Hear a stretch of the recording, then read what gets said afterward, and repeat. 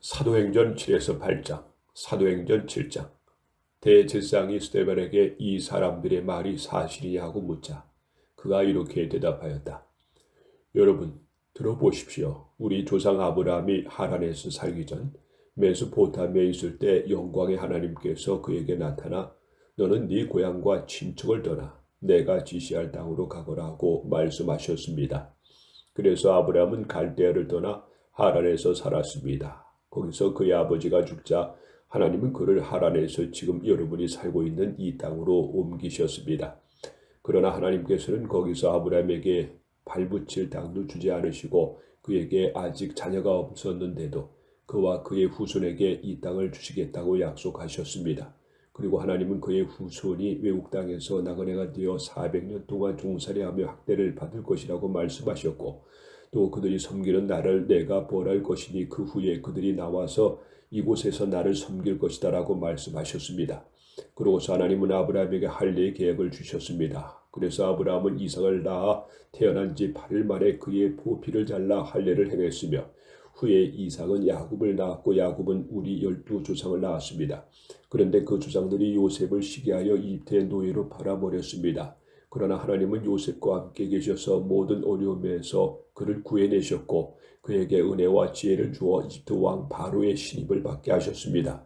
그래서 바로 왕은 요셉을 온 나라와 그의 궁전을 다스리는 총리로 임명하였습니다. 그때 이집트와 가나안 전역에 흉년이 들어 큰 어려움이 있었으며 우리 조상들도 먹을 것이 없었습니다. 야곱은 이집트에 곡식이 있다는 소문을 듣고 먼저 그의 아들들 곧 우리 조상들을 그리로 보냈습니다.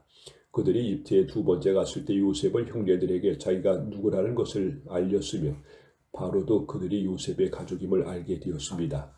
요셉은 사람을 보내 그의 아버지 야곱과 75명의 친척들을 모두 이집트로 오라고 했습니다. 그래서 야곱과 우리 조상들은 이집트로 가서 살다가 거기서 죽었습니다. 그리고 그들의 유해는 세겜으로 옮겨져 전에 아브라함이 하물의 자손에게서 사두었던 묘지에 묻혔습니다. 하나님께서 아브라함에게 약속하신 때가 가까워지자 이집트에서 우리 민족이 크게 번성하여 그 수가 굉장히 많아졌습니다. 그때 요셉을 알지 못하는 다른 왕이 이집트를 다스리게 되었습니다. 그는 우리 민족을 교묘하게 이용하여 우리 조상들을 괴롭히고 그들의 갓난 아기들이 살아남지 못하도록 모두 내어버리게 했습니다. 바로 이때 모세가 태어났는데 그는 하나님이 보시기에 아름다웠습니다. 그의 부모가 석 달 동안 그를 집에 숨겨두고 키웠다가 더 이상 숨길 수가 없어서 내어다 버리자 바로의 딸이 주어다 자기 아들로 키웠습니다. 그때부터 모세는 이집트의 학문을 다 배워서 말과 행동에 뛰어난 인물이 되었습니다. 40살이 되어 모세는 동족인 이스라엘 사람들을 찾아볼 생각이 났습니다. 그러던 중 어느 날 그는 동족 한 사람이 억울한 일을 당하는 것을 보고 그를 도우려 가다가 이집트 사람을 쳐 죽이고 그의 원수를 갚아주었습니다. 모세는 자기를 통해 하나님이 동족을 구해내신다는 것을 그들이 깨달을 줄 알았으나 그들은 깨닫지 못했습니다.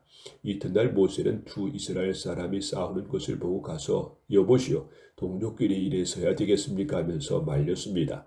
그러자 싸움을 걸던 사람이 모세를 떠밀며 누가 당신을 우리의 지도자와 재판관으로 세웠소?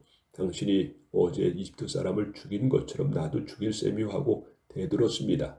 모세는 이 말을 듣고 도망쳐 나와 미디안 땅으로 가서 나그네 생활하며 거기서 두 아들을 낳았습니다. 그곳에 온 지 40년이 지난 어느 날 한 천사가 시내산 근처 광야에 있는 떨기나무 불꽃 가운데서 모세에게 나타났습니다. 그 광경을 보고 모세가 신기해서 좀 더 자세히 보려고 다가가자 나는 네 조상의 하나님 곧 아브람과 이삭과 야곱의 하나님이다라는 주의 음성이 들려왔습니다. 모세가 무서워서 떨며 감히 쳐다보지 못하자 주께서 모세에게 이렇게 말씀하셨습니다. 네가 선 곳은 거룩한 땅이다. 신을 벗어라. 나는 내 백성이 이집트에서 학대받는 것을 똑똑히 보았고 그들의 단식 소리도 들었다. 그래서 내가 그들을 구하려고 내려왔다. 이제 내가 너를 이집트로 보내겠다. 이스라엘 사람들이 누가 당신을 우리의 지도자와 재판관으로 세웠소 하면서 배척하던 이 모세를 하나님은 떨기나무 불꽃 가운데서 나타난 천사를 통해 이스라엘의 지도자와 구원자가 되라고 보내셨습니다. 그런 이집트에서 자기 백성을 인도해 내었으며 이집트와 홍해와 광야에서 40년 동안 놀라운 일과 기적을 행했습니다. 바로 이 모세는 하나님이 여러분을 위해 여러분의 동족 가운데서 나와 같은 예언자 한 사람을 세우실 것입니다라고 이스라엘 백성에게 말한 사람입니다.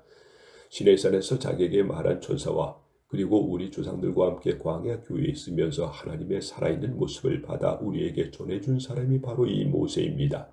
그러나 우리 조상들은 그의 말을 듣지 않고 오히려 그를 배척하며 이집트로 돌아가려고 했습니다. 그들은 아론에게 우리를 인도할 신들을 만들어 주시오. 우리를 이집트에서 끌어낸 이 모세는 사람은 어떻게 되었는지 전혀 소식도 없어 하고 말했습니다. 그러고서 그들은 송아지 모양의 우상을 만들어 거기에다 제물을 바치고 자기들의 손으로 만든 것을 기뻐하고 있었습니다. 그래서 하나님은 그들에게 돌아서시고 그들이 하늘의 별들을 섬기도록 버려두셨습니다. 이것은 예언서에 기록된 것과 같습니다. 이스라엘 백성들아, 너희가 40년 동안 광야에서 정말 나에게 희생 제물을 드렸느냐? 너희는 몰록의 천막과 레판 신의 별과 그들의 섬기려고 만든 우상의 형상을 메고 다녔다. 그러므로 내가 너희를 바벨론 밖으로 옮겨버릴 것이다.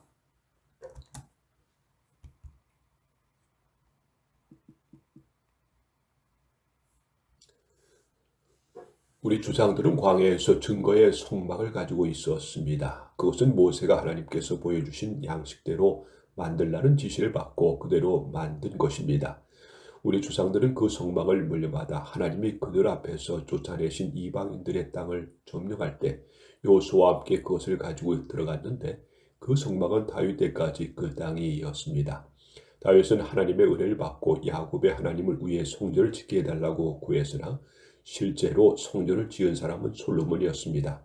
그러나 가장 높으신 하나님은 사람의 손으로 지은 집에서 사시지 않았습니다. 그것은 예언자가 이렇게 말한 것과 같습니다. 주께서 말씀하신다. 하늘은 내 보호자이며 땅은 내 발판이다. 너희가 나를 위해 무슨 집을 지을 수 있겠느냐? 어느 곳이 내 안식처가 되겠느냐?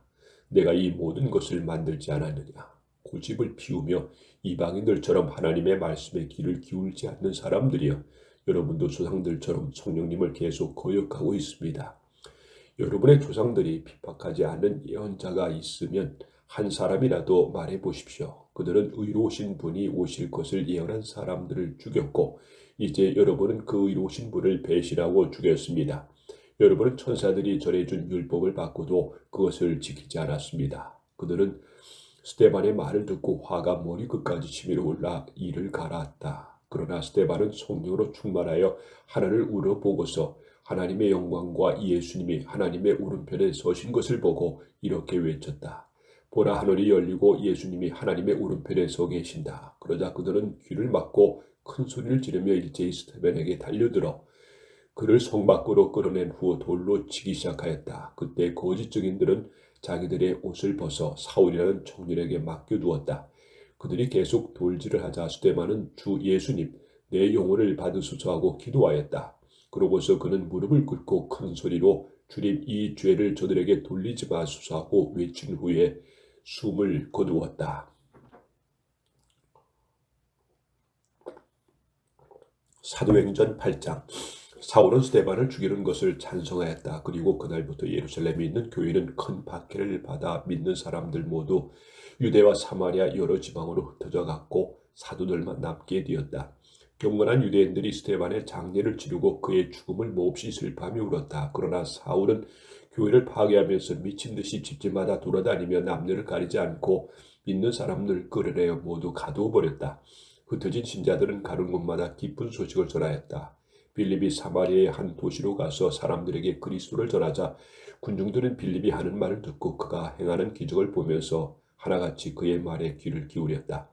더러운 귀신들이 많은 사람들에게서 큰 소리를 지르며 떠나가고 많은 중풍병자와 안전뱅이가 나아 그 도시에는 큰 기쁨이 있었다. 그 도시에 시몬이라는 사람이 있었다. 그는 전부터 마술을 하여 사마리아 사람들을 놀라게 하며 자기가 대단한 사람인 양 떠들어댔다. 그래서 모든 계층 사람들이 그에게 관심을 보이며 이 사람은 하나님의 큰 영향을 받은 사람이다 하고 말하였다. 그가 마술로 오랫동안 사람들을 놀라게 했기 때문에 그들이 그를 따라다녔다. 그러나 빌립이 하나님 나라와 예수 그리스도의 이름에 대한 기쁜 소식을 전하자 그들은 모두 믿고 남녀가 다 세례를 받았다. 그리고 시몬도 믿고 세례를 받으러 빌립을 줄곧 따라다니며 기적들이 일어나는 것을 보고 놀랐다. 예루살렘에 있던 사도들은 사마리아 사람들이 하나님의 말씀을 받아들였다는 소식을 듣고 베드로와 요한을 그들에게 보냈다. 두 사도는 그리로 가서 새로 믿은 사람들이 성령을 받도록 기도하였다. 이것은 아직 그들에게 성령이 내리지 않았고 그들은 단지 주 예수님의 이름으로 세례만 받았기 때문이었다. 그래서 두 사도가 그들에게 손을 얹자 그들이 성령을 받았다. 시몬은 그 광경을 보고 사도들에게 돈을 주면서 나에게도 이러한 능력을 주어 내 손을 얹은 사람은 누구든지 성령을 받게 해 주십시오 하였다. 그러나 베드로는 그에게 이렇게 대답하였다. 당신은 하나님의 선물을 돈으로 살 수 있다고 생각했으니 그 돈과 함께 망할 것이요. 당신은 하나님 앞에서 마음이 바르지 못하므로 이 일에는 아무 상관도 없고 얻을 것도 없어. 그러므로 당신은 마음에 품은 악을 회개하고 주님께 기도하시오. 혹시 주님께서 당신의 악한 생각을 용서해 주실지도 모릅니다. 내가 보기에 당신은 마음에 시기가 가득하고 죄에 사로잡혀 있어. 그러자 시몬이 이제 말씀하신 것들이 하나도 나에게 일어나지 않도록 기도해 주십시오 하고 말하였다. 베드로와 요한은 거기서 주님의 말씀을 증거하고 예루살렘으로 돌아가면서 사마리아 여러 마을에도 기쁜 소식을 전하였다. 그때 주님의 전사가 빌립에게 너는 예루살렘에서 가사로 내려가는 광야길을 향하여 남쪽으로 가거라 하고 말씀하셨다. 그래서 빌립은 즉시 출발하였다. 그는 가다가 에디오피아 여왕 간다게의 모든 재정을 관리하는 고관 한 사람을 만났다. 그 사람은 예배드리며 예루살렘에 갔다가 돌아가는 길에 마차에서 예언자 이사야의 글을 읽고 있었다. 그때 성령께서 빌립에게 마차로 가까이 가거라 하고 말씀하셨다. 빌립은 달려가서 그 사람의 예언자 이사야의 글을 읽는 소리를 듣고 읽는 것이 이해가 됩니까? 하고 물었다. 그러자 그는 설명해 주는 사람이 없으니 어떻게 이해할 수 있겠습니까? 하고 빌립에게 마차에 올라 곁에 앉으라고 권하였다. 그가 읽던 성경 구절은 이것이었다. 그는 도살장으로 끌려가는 양처럼 끌려갔고 털 깎는 사람 앞에서 잠잠한 어린 양처럼 그의 입을 열지 않았다. 그가 굴욕을 당하고 억울한 판결을 받아 세상에서 그의 생명을 빼앗겼으니 누가 그 세대의 악함을 말로 다 표현할 수 있겠는가? 그 고관이 빌립에게 이 말을 이사야 자신을 두고 한 말입니까? 아니면 다른 사람을 두고 한 말입니까? 하고 물었다.